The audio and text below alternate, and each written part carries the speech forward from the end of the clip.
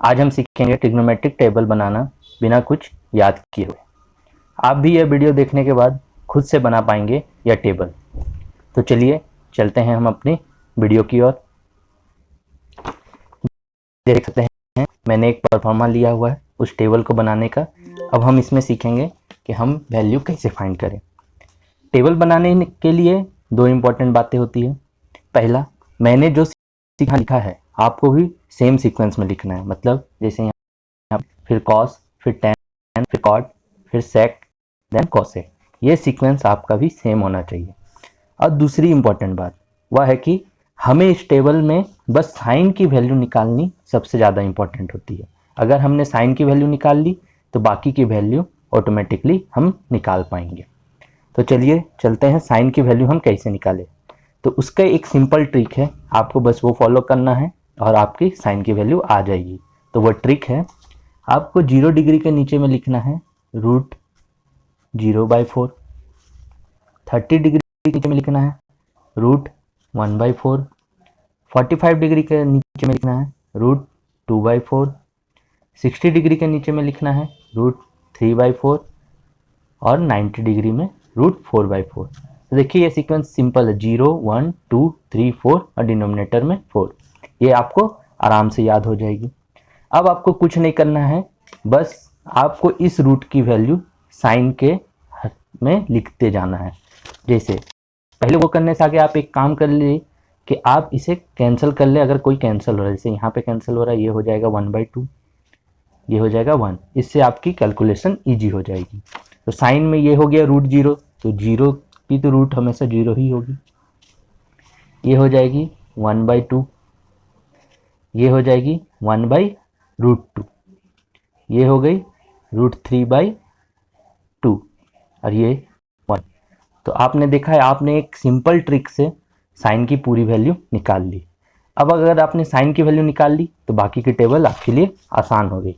वो कैसे? अब अगर हमें कॉस की वैल्यू निकालनी है तो कॉस में हमें कुछ नहीं करना है, बस साइन की जो वैल्यू है उसे हमें रिवर्स ऑर्डर में लिखना है, मतलब राइट टू लेफ्ट। जैसे ये 1 तो 1 आ जाएगा यहाँ पे, ये √3/2 यहाँ पे आ जाएगा √3/2, ये 1/√2 यहीं रह गई है, ये चला जाएगा यहाँ और ये 0 आ जाएगा यहाँ। तो आपने देखा कॉस के लिए हमें कुछ नहीं करना है, बस साइन को रिवर्स ऑर्डर में लिख देना है। अब टेन के लिए आपको एक चीज़ पता है कि टेन की वैल्यू होती है साइन डिवाइडेड बाय कॉस।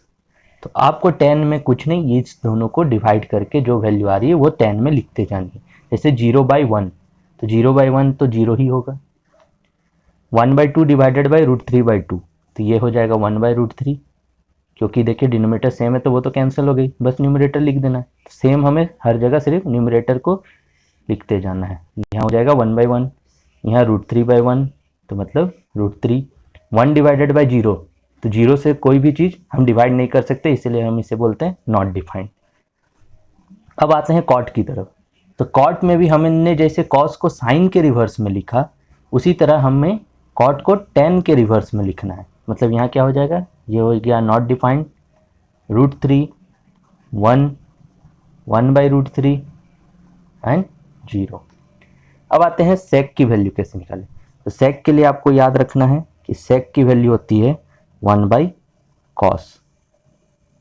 मतलब सेक कॉस के रेसिप्रोकल होता है, मतलब हमें बस कॉस को उल्टा करके लिख देना। मतलब यहाँ पे डिनोमिनेटर न्यूमरेटर और न्यूमरेटर डिनोमिनेटर बन जाएगा। तो ये तो 1 है तो सिर्फ 1 हो जाएगा। इसको उल्टा करके लिखना है, मतलब ये क्या हो जाएगा 2/√3, ये हो जाएगा √2, ये हो जाएगा 2 और 0/1, मतलब फिर अगर हम उल्टा कर दें तो ये हो जाएगा 1/0, मतलब 0 से तो कोई चीज़ हम डिवाइड नहीं कर सकते, इसलिए नॉट डिफाइंड।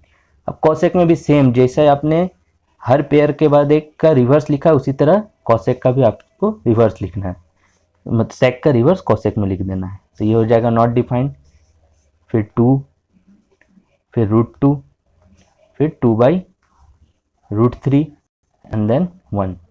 तो आपने देखा, बस आपको ध्यान क्या देना है कि आपका यह सीक्वेंस सेम हो और हर पेयर में आपका रिवर्स लिखना है।